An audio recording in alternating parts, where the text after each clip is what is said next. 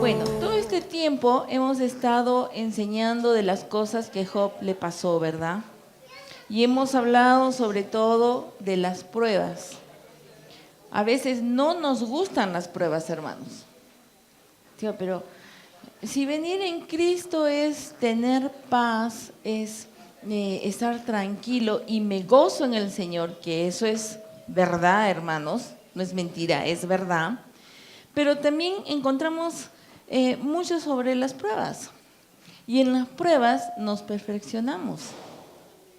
Hermanos, a veces nosotros sabemos teoría.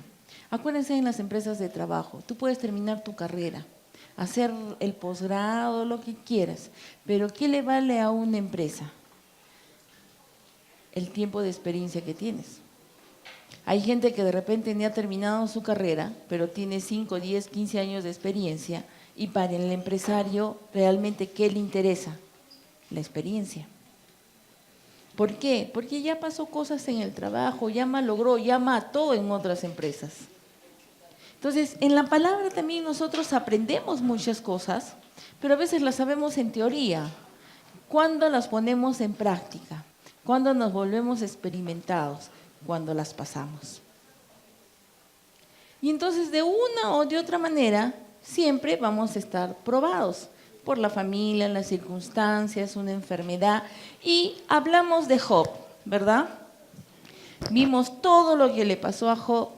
Y se acuerdan que esa parte que Satanás comienza con Dios y le dice, mira pues, si él no tiene eso, te apuesto que no te va a adorar. Y Dios le dice, Dios Padre le dice, ya, haz todo lo que quieras con él, mas a él no le toques. Pero toca lo que tiene todo a su alrededor. Así que murió su esposa, sus hijos, perdió todo y él tuvo una enfermedad, ¿verdad? Pero su vida no fue tocada. Pero sabemos que Job, en las circunstancias que él pudo estar, porque realmente fueron unas circunstancias demasiado fuertes para una persona, pero él no se debilitó. Él siempre decía sobre sus posesiones, si Dios me la dio, Dios me las puede quitar.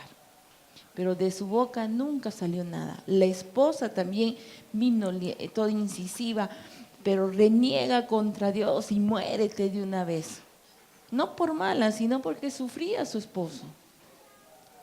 Ahora, vamos a terminar este tema sobre cómo ser frente a las circunstancias y a las pruebas hoy en día.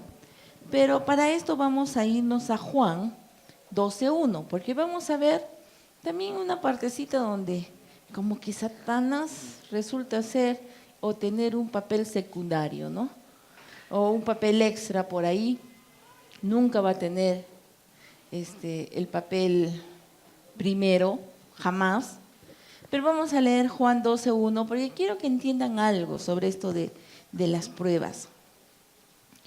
Y dice así, 6 días antes de la Pascua, o sea, 6 días antes que ellos celebren la Pascua, vino Jesús a Betania, donde estaba Lázaro, el que estaba muerto y a quien había resucitado de los muertos. ¿Se acuerdan que Jesús resucitó a Lázaro? ¿Se acuerdan, verdad? ¿Saben esa historia? Bueno, y le hicieron allí una cena. La gente estaba muy emocionada. Imagínense resucitar un muerto.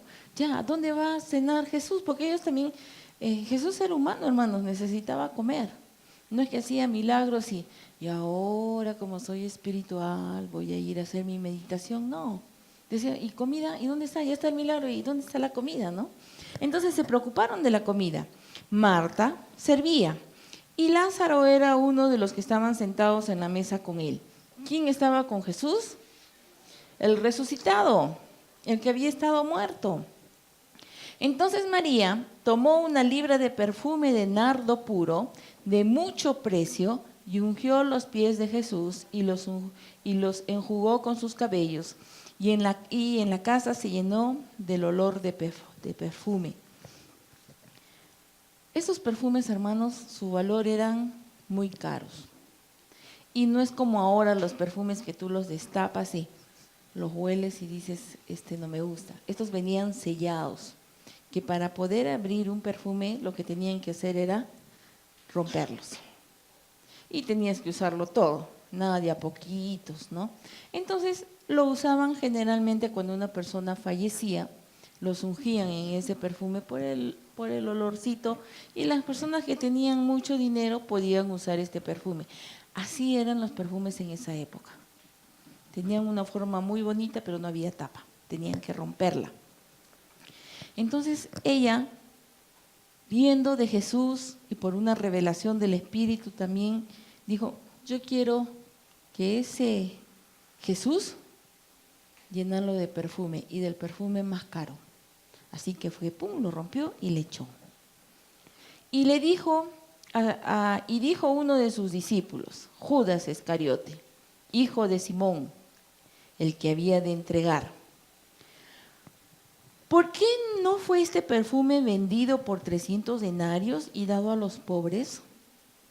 Entonces Judas Iscariote estaba ahí y dijo, pero ¿por qué tienen que gastar un perfume en el Señor? Eso se puede vender y se puede repartir a los pobres. Ahora, yo estoy leyendo el Evangelio de Juan, porque los otros evangelios, los otros 3 evangelios, describen lo mismo, pero como que Juan es un poquito más chismoso. Quizás porque el jovencito se daba cuenta de otras cosas, ¿no? Por eso yo estoy agarrando Juan. Juan dice unos detalles que no los van a encontrar en otros evangelios. En los otros evangelios dice que fue roto el perfume y echado en la cabeza.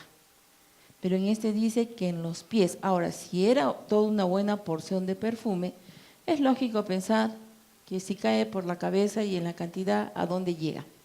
A los pies, ¿no? Y Judas, nosotros tenemos de este personaje como el traidor, ¿no? El malvado. Juan 12:6 dice, pero dijo esto, no porque se cuidara de los pobres, está diciendo Juan. Dice, no es que a él le interesaba a los pobres, sino porque era ladrón y tenía la bolsa y sustraía de lo que se echaba de ella. Y esto es lo que no van a encontrar en otros evangelios, porque dice Juan, él tenía una bolsa, era una bolsita donde los músicos guardaban sus boquillas. Especialmente los músicos llevaban esta bolsa, pero él la tenía para llevar el dinero. Ahora, ¿quién era Judas? ¿Quién era su papá Simón? Su papá era fariseo y tenía empresas. Y Judas también administraba esas empresas. Es más, él venía de la tribu de Judá. Los que están haciendo discipulado 1 ya saben, ¿no? Y entonces, podríamos decir que de los 12 apóstoles, él era un apóstol preparado, un apóstol culto y que podía llevar bien las cuentas. Pero Juan, siendo el apóstol más jovencito, se dio cuenta de lo que él hacía. Ahora, también Judas, por seguir a Jesús, fue despreciado por su familia.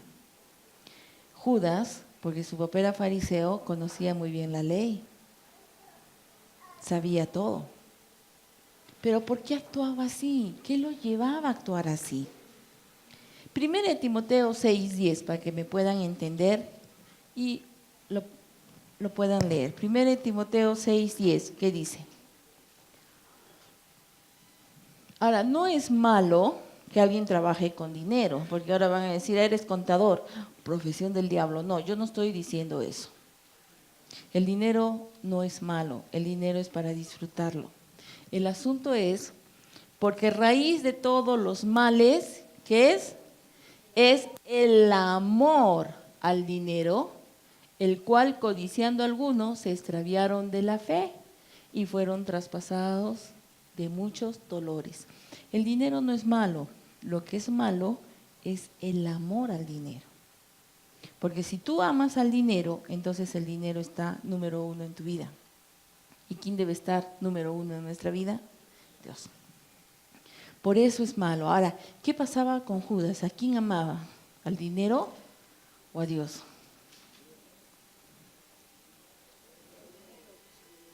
Ahora, yo me hago esta pregunta.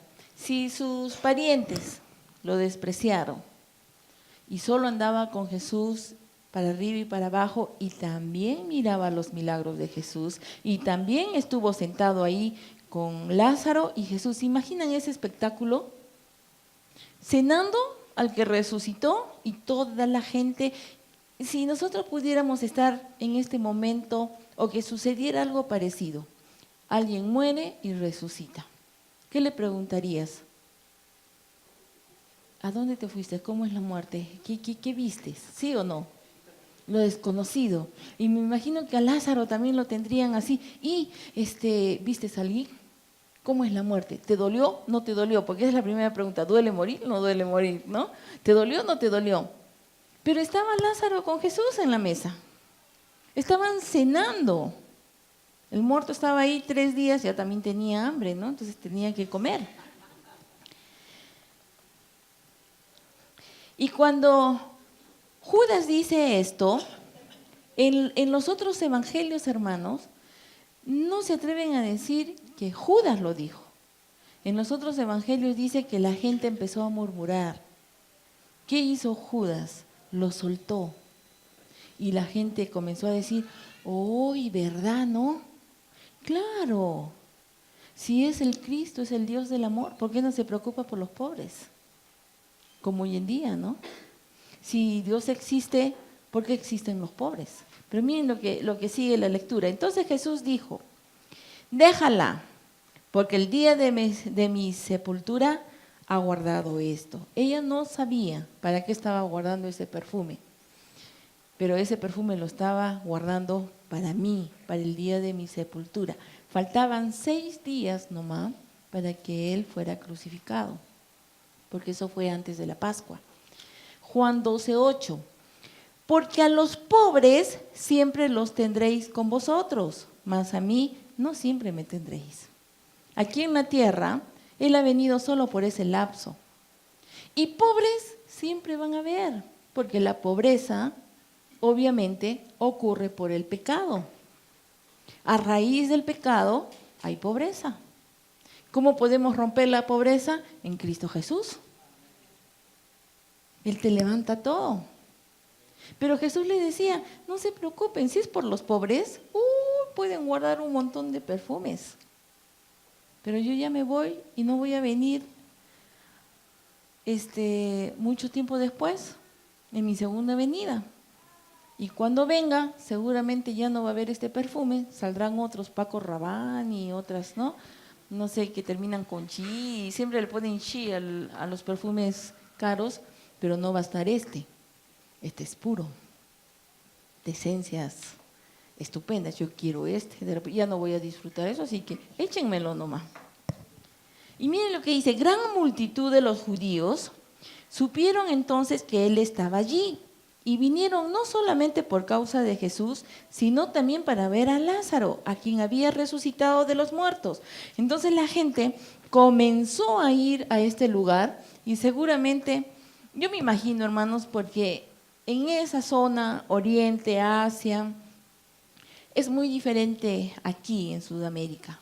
Cuando alguien va a la casa, te quieren dar de comer a la boca. Y son lugares donde comida nunca va a faltar. Puede haber pobres, pero comida no falta. Entonces la gente iba, y yo me imagino ellos haciendo sus ollones de comida, preparando porque está viniendo la gente. Pero la gente no venía exclusivamente a ver a Jesús, sino a ver ¿quién? Al resucitado. Y decir, no puede ser que este milagro se haya dado. Todos preocupados por Lázaro, pero el que hizo el milagro estaba ahí. Y no querían ir donde estaba el que había originado el milagro, sino a la persona. Hoy en día a veces somos así. Nos emocionamos de los milagros que Dios, ¡uy, mira lo que ha hecho Dios, qué maravilloso! Pero el que lo hizo, ¿dónde está? Y entonces esta gente también fue al lugar. Y dice que gran multitud de los judíos supieron entonces que Él estaba allí y vinieron no solamente por causa de Jesús, sino también para ver Lázaro, al que había resucitado de los muertos. Pero los principales sacerdotes acordaron dar muerte también a Lázaro, porque a causa de él muchos de los judíos se apartaron y creían en Jesús. ¿Qué pasó? Los judíos siempre iban a la sinagoga y ellos, no se puede romper una costumbre de la noche a la mañana. Ellos seguían yendo a la sinagoga, pero ya lo encontraban vacío. ¿Por qué? Porque encontraron la vida en Jesús. Y entonces los fariseos, ¿qué dijeron? Miren, si Jesús resucitó a Lázaro, a ver, lo vamos a matar de nuevo. Cuando una persona está llena de esa soberbia, de ese orgullo, ellos pueden… ¿Ustedes creen que si hubieran matado a Lázaro, Dios no lo hubiera vuelto a resucitar? La historia, no sabemos qué sigue con la historia con Lázaro, si lo mataron o no, o murió de viejito, no sabemos qué pasó con Lázaro. Lo que sí sabemos es que Jesús lo resucitó y lo levantó entre los muertos, 6 días antes que le pasara a él lo mismo.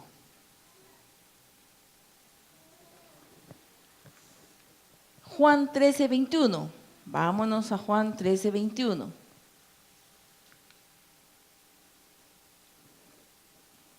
Habiendo dicho Jesús esto, se conmovió en espíritu y declaró y dijo: de cierto os digo que uno de vosotros me va a entregar.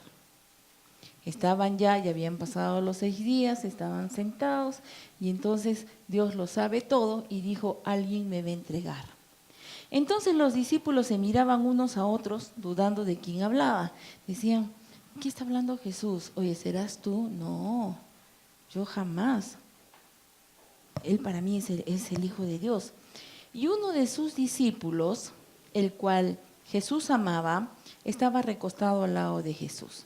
Lo escribe Juan, es en el único evangelio que ustedes van a encontrar que Jesús amaba a un discípulo más que a los otros, porque Juan se sentía muy querido.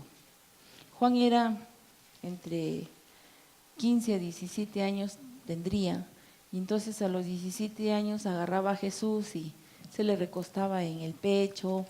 Era un joven cariñoso, amoroso, entonces tenían la facilidad pues de Jesús, dime, y lo abrazaba, ¿no? A diferencia de Juan o de Pedro. Pedro para él diría: ¿cómo me voy a acostar yo en el pecho de Jesús? Esos son, seguro, me lo imagino así porque Pedro era pescador, así que tenía una forma de hablar. ¿Cómo son los pescadores? ¿Cómo hablan los pescadores? Entonces me imagino que para Pedro esas son mariconadas, ¿no? Yo soy machito, bien machito, allá el que se anda pegado. Pero solo van a encontrar, porque Jesús no amaba, él no tiene preferencia, sino que Juan se sentía preferido. Entonces aquí van a encontrar que Juan decía al apóstol que más amaba, Juan 13:25. Él entonces, recostado cerca del pecho de Jesús, ¿ve? ¿Quién estaba recostado en el pecho de Jesús? Juan. Le dijo: Señor, ¿quién es? O sea, Jesús estaba hablando y él estaba echado acá. Y Jesús no le decía: anda, muévete más allá. No, estaba echado. Entonces cuando él dijo, de ahí nomás una voz y le dijo: ¿quién es? Y respondió Jesús: a quien yo diere el pan mojado, aquel es. Y mojando el pan, lo dio a Judas Iscariote, hijo de Simón. Y después del bocado, Satanás entró en él. Otra vez vemos este personaje, carambas, que Satanás entró en él. Entonces Jesús dijo: lo que vas a hacer, hazlo más pronto. Pero ninguno de los que estaban en la mesa entendió por qué le dijo esto. ¿Por qué? Porque como él llevaba el dinero, siempre se salía antes del tiempo de las cosas porque tenía que pagar, tenía que ir a comprar, ¿no? Entonces, como ellos que se quedaron, bueno, él siempre sale, ¿no? Y no entendían lo que Jesús decía. Porque algunos pensaban, puesto que Judas tenía la bolsa que Jesús le decía, comprar lo que necesitamos para la fiesta o que diese algo para los pobres. Cuando él, pues, hubo tomado el bocado, luego salió y era ya de noche. Entonces, hubo salido, dijo Jesús: ahora es glorificado el Hijo del Hombre y Dios es glorificado en él. Si Dios es glorificado en él, Dios también le glorificará en sí mismo y enseguida le glorificará. Juan 13:33 dice esto Juan: hijitos. Y esta forma de expresarse que tiene Juan parece que lo captó mucho de Jesús, porque cuando él escribe las cartas, primera, segunda, tercera de Juan, siempre mencionan la palabra hijitos míos. Y es algo que él, por estar tan pegado a Jesús, jaló de Jesús. Dice, hijitos, aún estaré con vosotros un poco. Me buscaréis, como dijisteis a los judíos, así os digo ahora a vosotros, a donde yo voy, vosotros no podréis ir. Un mandamiento nuevo os doy. ¿Qué pasó acá? Satanás entró a Judas. Ahora, la pregunta es, ¿por qué no lo impidió? ¿Pudo haberlo impedido? Sí. Pero hermanos, a Jesús no lo mataron. Él se entregó voluntariamente. Sabía que tenía que morir. Simplemente Judas fue alguien usado. Y Satanás también quería matarlo a Jesús. Desde bebito quería matarlo a Jesús. Mataron un montón de niños a ver si ahí moría Jesús. Y él pasó toda su vida así media como mantequilla, ¿no? Como que nadie se entere. Y ya cuando llegó a los 30 años empezó su ministerio, y su ministerio duró 3 años en esta tierra, donde lleva la paz y lleva los milagros y se da a conocer. ¿Satanás quería matarlo? Sí. ¿Satanás conoce las escrituras? Sí. Puede conocer mejor que nosotros. Porque imagínense la antigüedad que tiene. No solamente la sabe porque está escrita, la ha vivido, tiene experiencia. Pero lo que nunca tendrá es sabiduría, porque la sabiduría solo viene de Dios. Judas conocía también las profecías y no pudo entender que Jesús era el Mesías. Él todavía pensaba de que Jesús, con todos los seguidores que tenía, seguramente vamos a derrotar a los romanos. Y una vez que derrotemos a los romanos, entonces yo voy a tener un papel protagónico. Muy poco se le menciona a Judas en los evangelios, pero tiene un papel protagónico, ¿sí o no? Ahora, el plan estaba que Jesús tenía que morir, pero simplemente fue una pieza porque se dejó llevar. ¿Por qué se dejó llevar, hermanos? El orgullo, el amor al dinero, y para él es presa fácil para Satanás. Miren lo que sigue más abajo. Luego les dijo, ¿en qué versículo me quedé? 34. Están atentos. Un mandamiento nuevo os doy. Cuando dice un mandamiento nuevo os doy, acá hay una palabra en hebreo que por primera vez se presenta. No es el mandamiento que conocemos anteriormente, realmente es nuevo. Dice, que os améis unos a otros, otros a unos, no importa, simplemente que se amen. Como yo os he amado, que también os améis unos a otros. En esto conocerán todos los que están afuera, toda esa gente que le gusta adorar a otros dioses, que ustedes son mis discípulos, si tuvieren amor los unos con los otros. ¿Cuál es el distintivo de un discípulo entonces? ¡Ay, que sean prósperos y que sean dueños de todas las empresas del mundo! No, el amor, hermanos.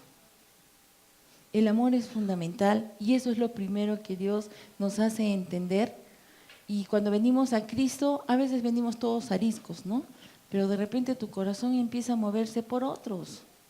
Y tú dices, ¿pero por qué? Si a mí no me importa. Pero no sabes por qué te empieza a interesar a otras personas. Porque cuando tú te vuelves un discípulo, hermano, ya estás sellado con el amor de Dios. Y no puedes. Te vuelves más sensible. Miras un dibujo animado, se murió la mamá de Bambi y tú, ¿pero cómo puedo llorar por un dibujo animado? Sí. ¿Antes no lo hacías? No. ¿Sí? Ahora sí. Porque tienes un corazón pura carnecita, hermano. Blandita igual que él.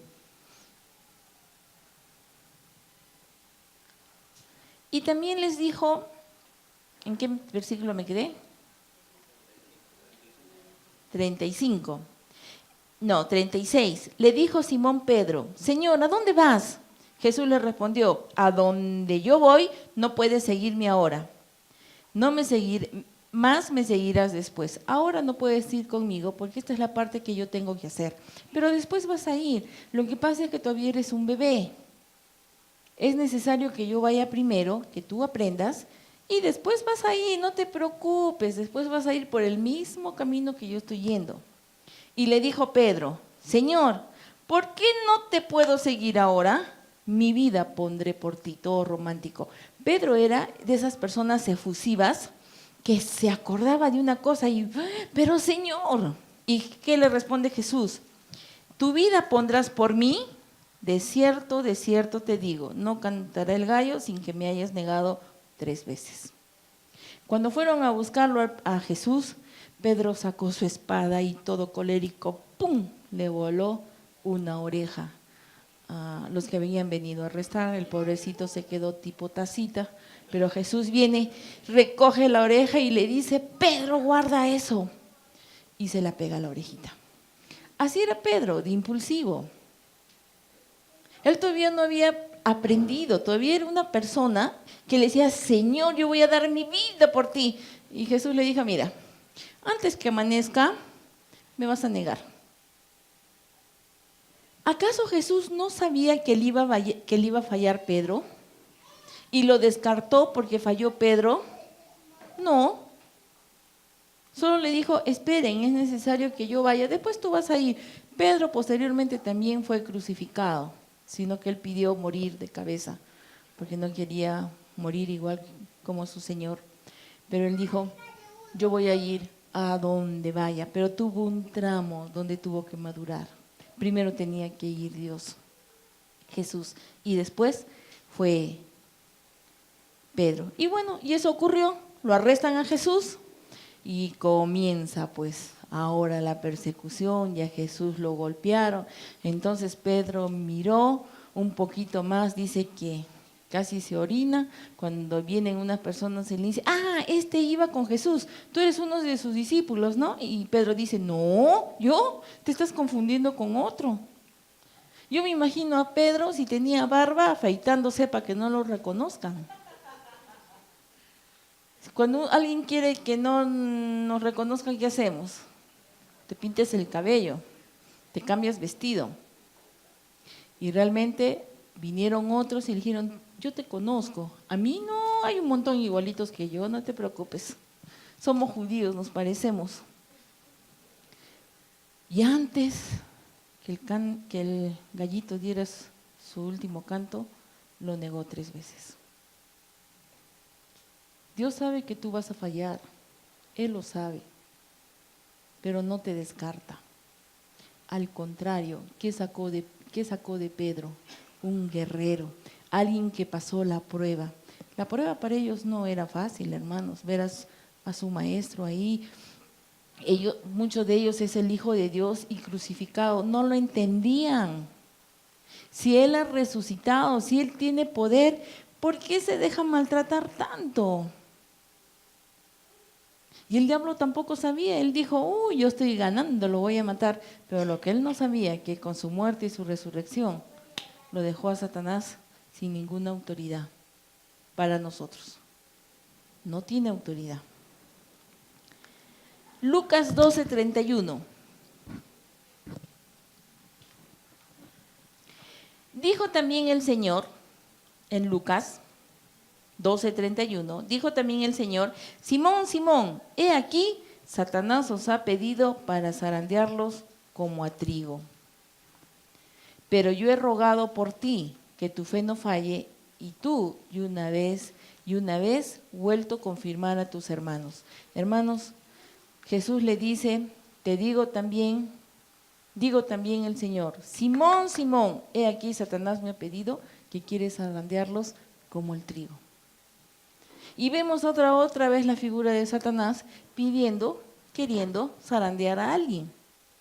Pero en esta oportunidad Jesús dice, yo me he puesto a orar por tu fe, para que tú permanezcas.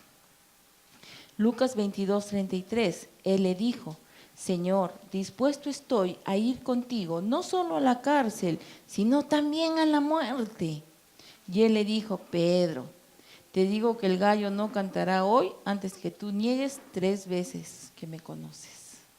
Me vas a negar. Y esto es lo que menciona Lucas. Vamos a Santiago 4:7. Esta es una cita muy conocida, pero vamos a dar el antídoto. Ahora viene. Esta es una introducción nomás y ya termino. Dice Juan 4:7. Someteos, pues, a Dios, resistir al diablo y él huirá de vosotros. ¿Cómo podemos resistir al diablo? Lo encontramos en Apocalipsis 12:10 y 12:11. Entonces oí una gran voz en el cielo que decía: ahora ha venido la salvación, el poder y el reino de nuestro Dios y la autoridad de su Cristo, porque ha sido lanzado fuera el acusador de nuestros hermanos, al que los acusaba delante de Dios día y noche. Y ellos le han vencido por medio de la sangre del Cordero y de la palabra del testimonio de ellos, y menospreciaron sus vidas hasta la muerte.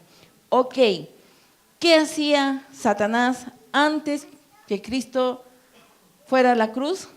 Acá lo dice, que era un acusador, que lo tenía en jaque ya, por decirlo así, a Dios. Sube y baja. Oye, mira lo que ha hecho tu hijo. Ay, tú dice que te ama y mira lo que ha hecho. Y así lo tenía. Sube y baja, sube y baja. Porque Satanás era el acusador. ¿Dónde lo vencimos? Lo hemos vencido por medio de ¿quién? De la sangre del Cordero. Hermanos, nadie te acusa.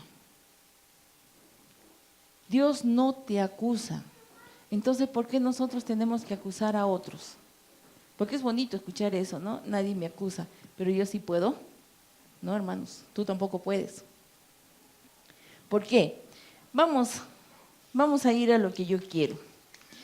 Satanás desde la creación ha usado, desde antes, solo ha usado ciertas cositas para tirarse abajo a la humanidad. Y hoy en día siguen vigentes. Una de ellas es, por ejemplo,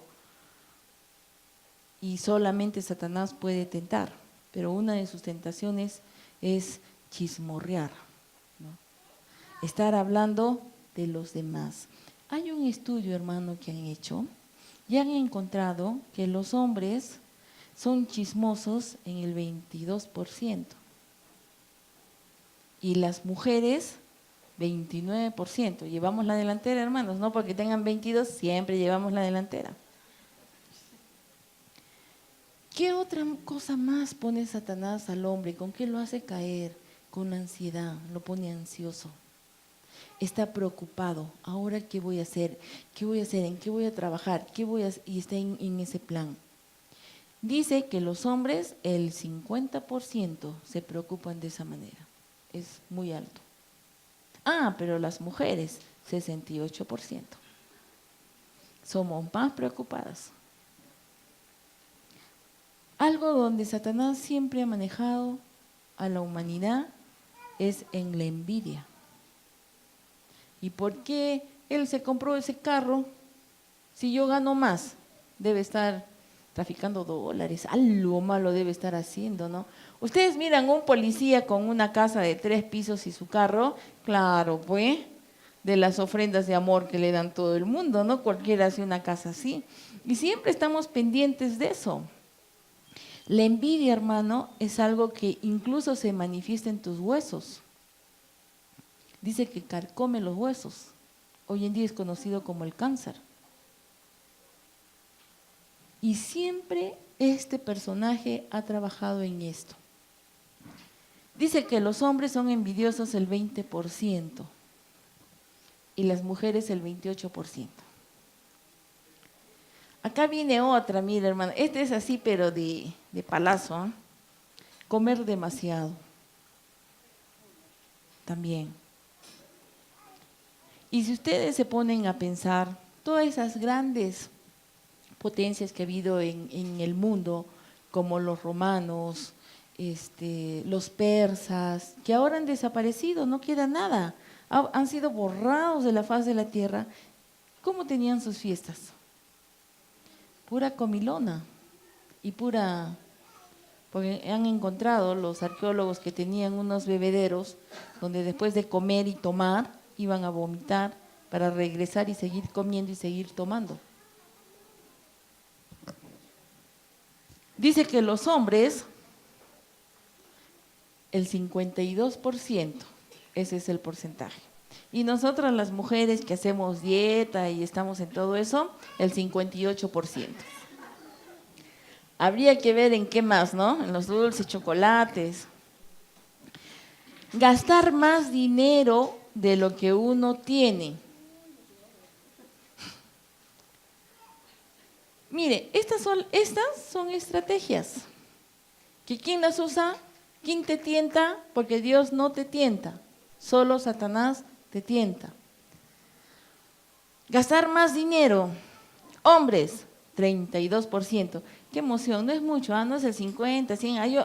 O sea que quiere decir que el resto gasta lo que tiene. Mujeres, 39%. Por alguna razón, ¿por qué llevamos la delantera a las mujeres casi en todo?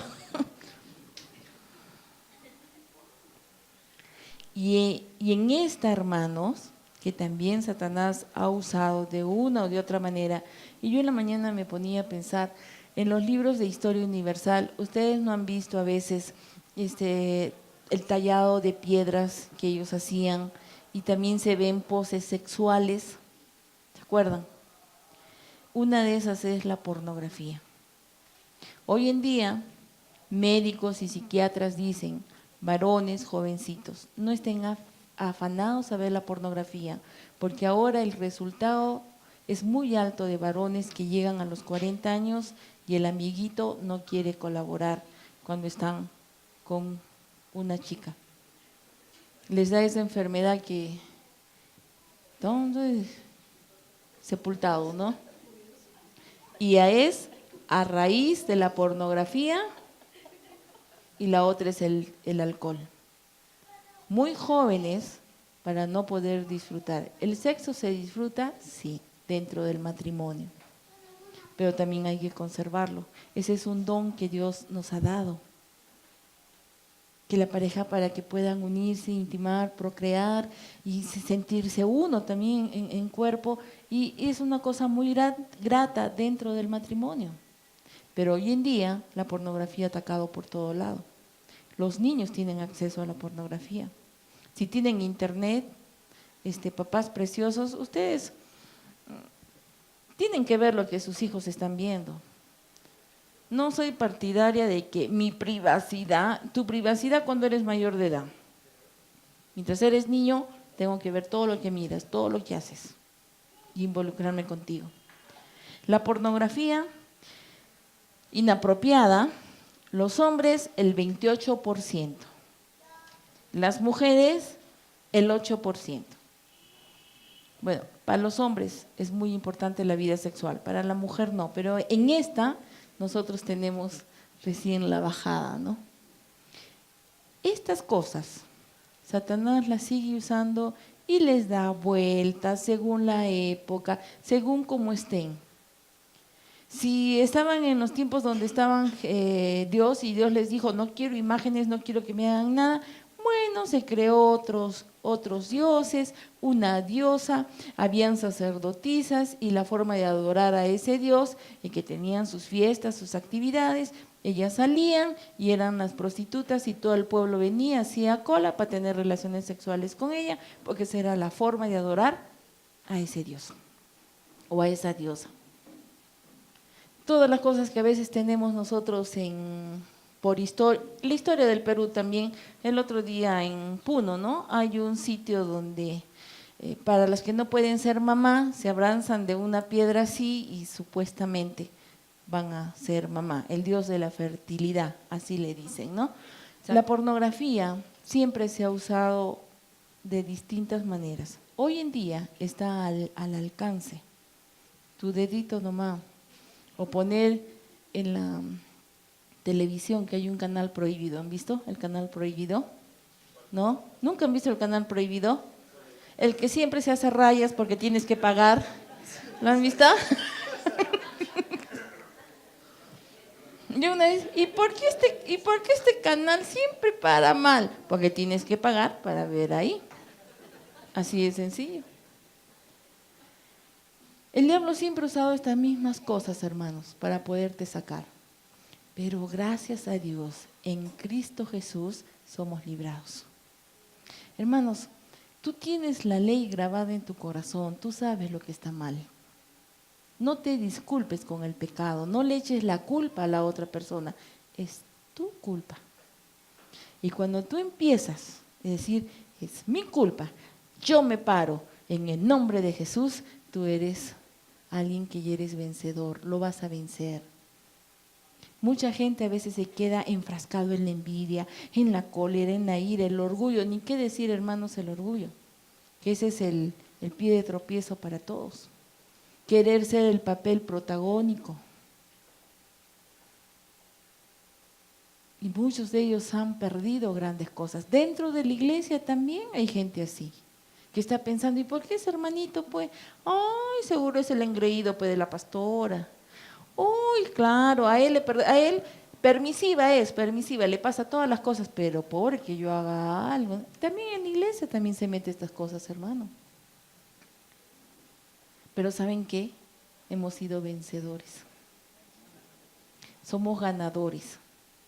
Y no es que yo ore con el hermano y le diga en el nombre de Jesús. No, nada, hermanos. Solita, la persona se da cuenta cuando aceptó a Cristo en su corazón y él mismo se va a dar cuenta que no está bien, entonces se rectifica y qué bueno. Pero tenemos que pasar pruebas, hermanos, porque venimos de un mundo así. Y dice que en las pruebas nos perfeccionamos. Eso es lo que ocurre. No le tengamos miedo a la prueba. No nos pongamos a decir, ¿por qué, Señor? A mí. No, digamos lo siguiente, ¿para qué, Señor? ¿Para qué estoy pasando esto? ¿Qué voy a aprender de todo esto? Ya sé que tu gloria se va a manifestar conmigo, pero ¿para qué estoy aprendiendo? Satanás usa las mismas herramientas toda la vida. Y a veces hay gente que me dice, ¿sabe qué? Satanás me estaba buscando. Y mi Satanás está en la esquina y está hecho un chancho, un gordo, porque no tiene ni por qué mover un dedo. La historia de este mundo se mueve en los mismos parámetros, solo que la gente sigue cayendo en lo mismo y no aprendemos. El gobierno, ¿por qué cae? Por la avaricia, por el dinero, por querer ser ricos. No les importa, se venden, se prostituyen muy fácilmente y la historia continúa. Es lo mismo, pero nosotros somos, como ayer estaba con los jóvenes, ¿no? ¿Qué identidad tenemos nosotros? ¿Cuál es nuestra identidad? Somos linaje escogido, sacerdocio real, nación santa. Eso es lo que somos. ¿Llamados para qué? Para que la gente se reconcilie con Dios. Esa es nuestra misión. Tú ya estás bien en Dios, estás gozando lo que Dios está haciendo contigo en salud, en prosperidad. Y aprendes, pues, porque a veces muchas cosas tomamos malas decisiones. Yo siempre les digo acá desde el púlpito, y lo voy a volver a decir, en esta iglesia hay algo que está prohibido. ¿Se acuerdan qué? Los antiguos. ¿Se acuerdan de qué está prohibido acá? ¿Qué? No escucho ni nada. ¿Qué está prohibido en esta iglesia con los hermanos para que no traigan problemas y después los llevan a la oficina santa? ¿No qué? Ahí está. Muy bien, Caroline. En esta iglesia está prohibido prestarse dinero. Ay, hermanito, tengo un problema. ¿Me puedes prestar? Ay, ya, no hay problema, pero tengo que consultarle a la pastora. Todo tiene que ser vía préstamo conmigo. Ahora van a decir, ¿por qué no me puedo prestar dinero? Porque el dinero, hermanos, trae muchos problemas. La persona, vamos a leer el próximo domingo lo que Dios dice sobre el préstamo, ¿no? Dice, la gente que quiere que tú le prestes, por favorcito, yo te pago el 15, vas a ver, el 15 te voy a pagar. Ya llega el 15, no está.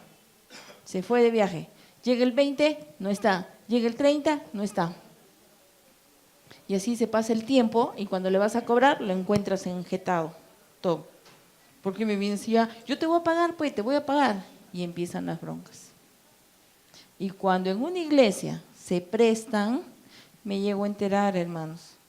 No porque vienen en consejería, sino que la pelea es tan grande que ya lo miro, ya se ve. Por eso en esta iglesia está, ¿qué? Prohibido. Y si ustedes prestan, a pesar de esta sugerencia que les estoy haciendo, es cosa de ustedes. Si no les pagan y pierden su dinero, a mí no me digan nada porque no voy a intervenir. No.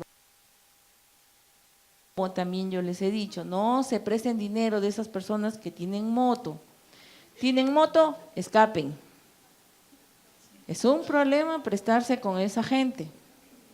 Pero si tú, a pesar de lo que escuchas, lo haces, ¿quién vive la consecuencia? Ustedes. Dios muchas cosas nos ha dicho en su palabra, muchas cosas, pero está en nosotros si lo tomamos en cuenta o hacemos lo que queremos. Lo que a mí me alegra que mucha gente tome en cuenta lo que Dios dice. Y cuando nos equivocamos, lo primero que tenemos que hacer es, me equivoqué. Señor, ayúdame. Y ahí empieza a ser un triunfador. ¿Caíste? Sí, todos vamos a caer.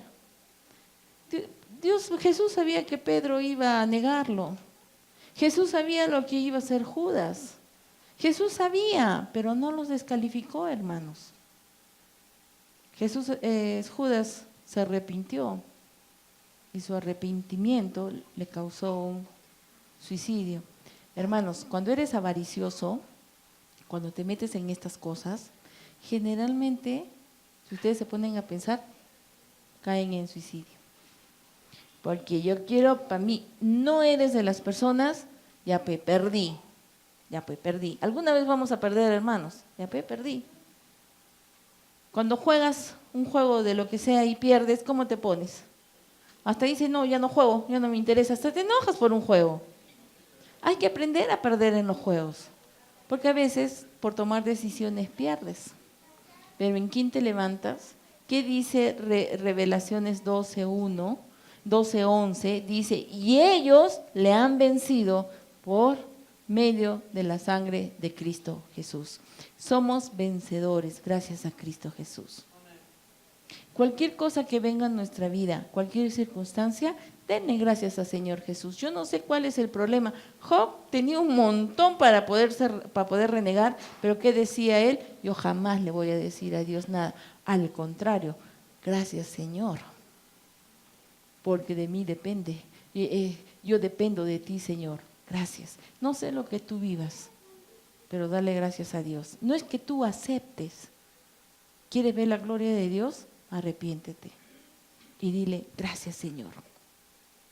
Él sabe que vamos a fallar, pero no nos descalifica. No lo hace, te hace más fuerte. Saulo también. Saulo todos los errores que ha tenido al principio hasta ser Pablo, ¿y acaso lo descalificó? Tú que eres un fariseo y has matado a mis hijos cristianos, ahora vas a morir con la peor muerte para que los demás aprendan, los que se meten con mis hijos, cómo les va a ir. No, levantó a Pablo como apóstol y gracias a él tenemos la doctrina. Imagínense, él mataba a los cristianos, mató a Esteban, un jovencito de 19 años por creer en Jesús. Él estuvo ahí agarrando las prendas de los demás para que tengan las manos libres y le puedan tirar las piedras. Él estuvo ahí. Dios no te descalifica, solo más bien tú abre tu corazón hacia Él y tú dile, sí Señor, yo soy valiente en ti. Estás empezando una empresa, qué bueno Señor, te la doy y tú guíame, pero que Él te guíe, tú no te guíes por las... Oye, el economista dijo esto, ya olvídate lo que dijo el economista. Vivimos en este mundo, pero no somos de este mundo. Nuestras reglas son otras, nuestra constitución es otra, es de Él, no esta. Amén.